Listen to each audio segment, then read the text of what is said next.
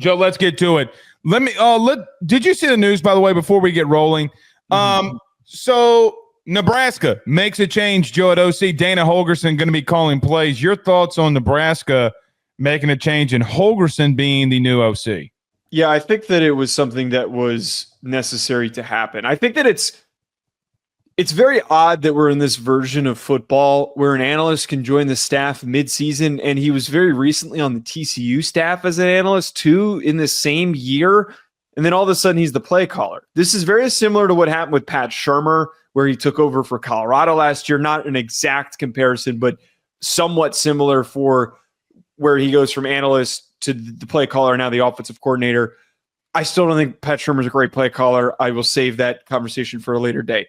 Holgorsen's he's a brilliant mind. He is a brilliant offensive mind. The production that we've seen from Holgorsen from a number of quarterbacks throughout his coaching career, it's been tremendous. Look at all the guys that were productive at West Virginia. Look at some of the quarterbacks that were productive when he was there at Houston.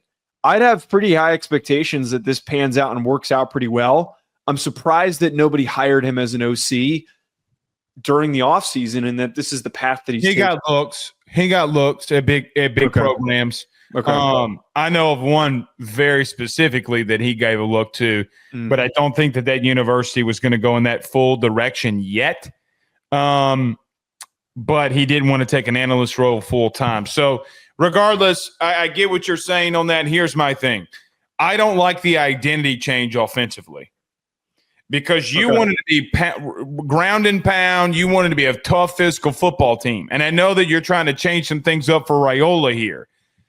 Joe, you can't – I don't like in-season identity changes, right? Like if this is just for now because you need to get some things going, maybe Holgorsen calls plays and uses the lingo that Nebraska has already been using.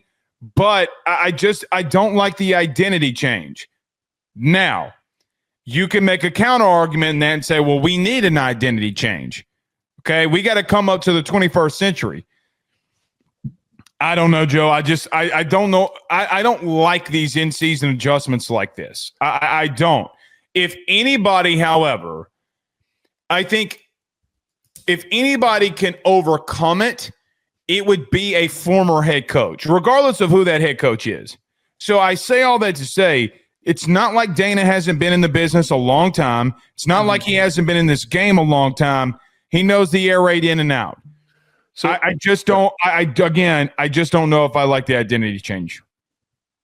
To talk about what you just mentioned here, one, I understand where you're coming from because there is truth to that. Doing that during the season, trying to make this total shift, and – we don't know for certain if it's just immediately air raid. The Matt Rule, the way that he talked about it was saying that Dana is going to help heighten the strengths of this roster. Maybe it is a little bit more run-centric as they start to open up the passing attack and be a little bit more creative with finding yards for Dylan Raiola to produce. But two things why I think that this situation is unique. One, you just mentioned there, you have a head coach who's taking over this. This isn't a guy who – it's not like we're making a swap and promoting a young tight ends coach to make the jump up because you thought that he was the next coming and could be a great offensive mind and he wants to run a completely different system. This is somebody who's been around, who has been a play caller, who has been a decision maker at the highest level, that he should know how to handle this. He should know how to properly make this adjustment. And the second part here, we're in the final weeks of the season. There's what, 3 weeks, 3 games left of the year. It's not like this change is happening at a spot where, one, the season's on the line. It's not like it's happening in the beginning or middle of the year where so much, not enough has happened or whatnot.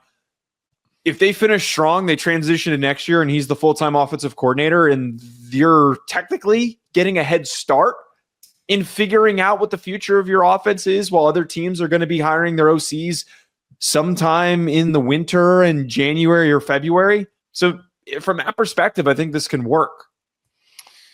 They have USC this week, okay? And there's one thing that I do know about USC that's going unnoticed because they're losing is that their identity did change in this offseason. And the truth be told, they're a lot more physical than people are giving them credit for. And I think that they're going to continue to build a little bit here, I think. you can't recruit the way that they're recruiting in some areas and not see that they're getting better defensively. So again, that's why I don't like the identity change too. So I know that they're playing USC. Listen, man, there's a big difference in going from a 3-point stance to a 2-point stance and having to do a lot of different things. Now, again, Joe, I get what you're saying. I understand what you're saying. It's going to be interesting to see how that plays out in this game this week versus USC. BetOnline remains your top spot for all of your live betting action and contests. NFL, college football, UFC, NHL are all in full swing. BetOnline is your number one source for wagering news, odds, trends, and predictions with both desktop and mobile access at any time. Head to BetOnline today and use promo code BELIEVE, that's BLEAV, for 50% off your first deposit. That is a 50% welcome bonus.